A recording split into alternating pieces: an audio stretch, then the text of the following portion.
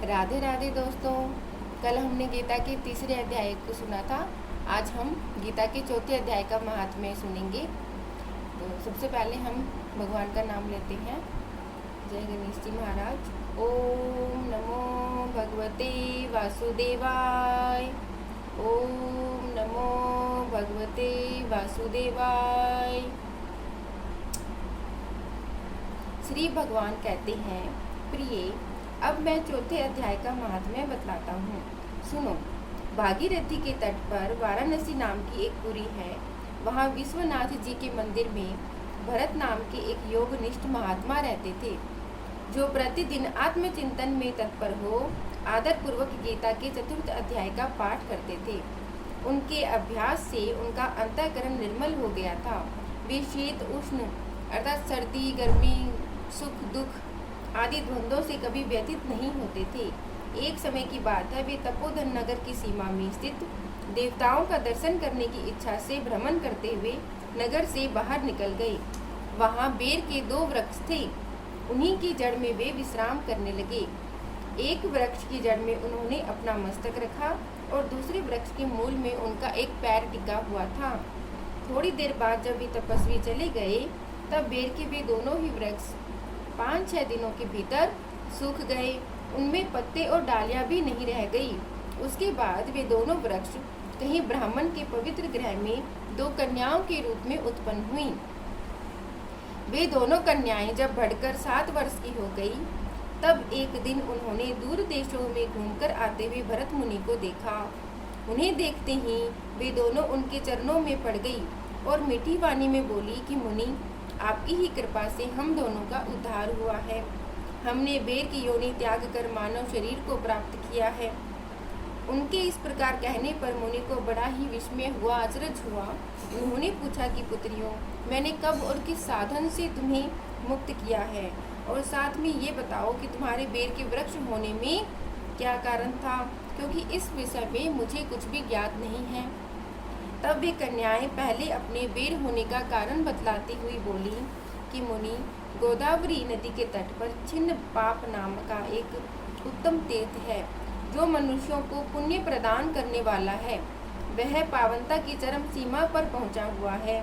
उस तीर्थ में सत्यतपा नामक एक तपस्वी बड़ी कठोर तपस्या कर रहे थे। वे ग्रीष्म ऋतु में प्रज्वलित अग्नि के समान अग्नियों के बीच में बैठते थे।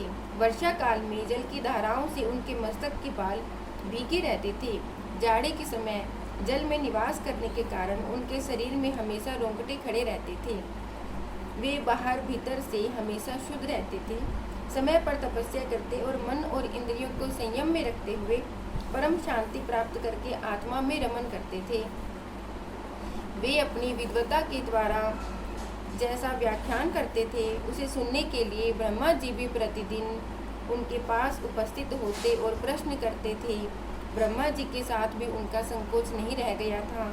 अतः उनके आने पर भी वे हमेशा तपस्या में ही मग्न रहते थे। तब परमात्मा के ध्यान में निरंतर संलग्न रहने के कारण उनकी तपस्या सदा बढ़ती रहती थी। सत्य तपा को जीवन मुक्त के समान मानकर इंद्र को अपनी स्मृतिशाली पद के संबंध में कुछ भय हुआ। उन्हें डर लगने लगा। तब उन्होंने उनकी तपस्या में सैकड़ों विघ्न डालने आरंभ कर दिए।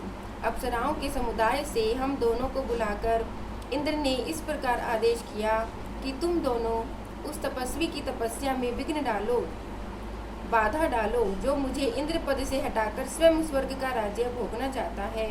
इंद्र का यह आदेश पाकर हम दोनों उनके सामने से चलकर गोदावरी के तीर पर, जहाँ की वे सत्यतपा मुनि तपस्या करते थे, आई। वहाँ मंद और गंभीर स्वर से बजते हुए मृदंग और मधुर वेणुनाद के साथ हम दोनों ने अन्य अप्सराओं सहित मधुर स्वर में गाना आरंभ कर दिया। इतना ही नहीं, उन योगी महात्मा को वश में करने के लिए हम लोग स्वर, ताल, लय के साथ नृत्य भी करने लगी। हम दोनों की उन्मत्त गति काम भाव का उद्दीपन करने वाली थी, किंतु उनसे उन निर्विकार चित्त वाले महात्मा के मन में क्रोध का संचार कर दिया। तब उन्होंने हाथ से जल छोड़कर हमें क्रोधपूर्वक श्राप दिया कि अरे तुम दोनों गंगा जी के तट पर बेर के वृक्ष हो जाओ। यह सुनकर हम लोगों ने बड़ी विनय के साथ कहा कि महामन हम पराधीन थी, अतः हमारे द्वारा जो दुष्कर्म बन गया है उन्हें क्षमा कर दीजिए। ऐसा कहकर हमने मुनि को प्रसन्न कर लिया। तब उन पवित्र चित्त वाले मुनि ने हमारे श्राप के उद्धार के लिए अवधि निश्चित करते हुए कहा कि भरत मुनि के आने तक तुम पर यह श्राप लागू रहेगा। उसके बाद तुम लोगों का मृत्यु लोक में जन्म होगा और पूर्व जन्म की स्मृति तुम्हारी बनी रहेगी। मुनि, जिस समय हम दोनों बेर वृक्ष के रूप में खड़ी थी, उस समय हमारे समीप आकर गीता के चौथे अध्याय का जप करते हुए हमारा उद्धार किया था, अतः हम आपको प्रणाम करती हैं। आपने केवल श्राप से ही नहीं, इस भयानक संसार से भी गीता के चतुर्थ अध्याय के पाठ के द्वारा हमें मुक्त कर दिया है।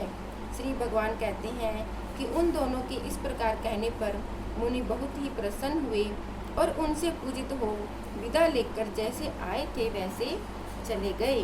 वे कन्याएं भी बड़े आदर के साथ प्रतिदिन गीता के चतुर्थ अध्याय का पाठ करने लगी, जिससे उनका उद्धार हो गया। जय श्री कृष्ण। राधे राधे।